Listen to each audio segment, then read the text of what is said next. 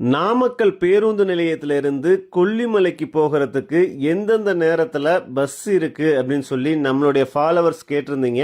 அதுக்கான வீடியோ தான் இந்த வீடியோவை சேவ் பண்ணிக்கிங்க. நாமக்கல் பேருந்து நிலையத்தில் அதிகாலை 2 மணிக்கு ஒரு பேருந்தும் 3:50க்கு ஒரு பேருந்தும் 4:15க்கு ஒரு பேருந்தும் இயக்கப்படுது.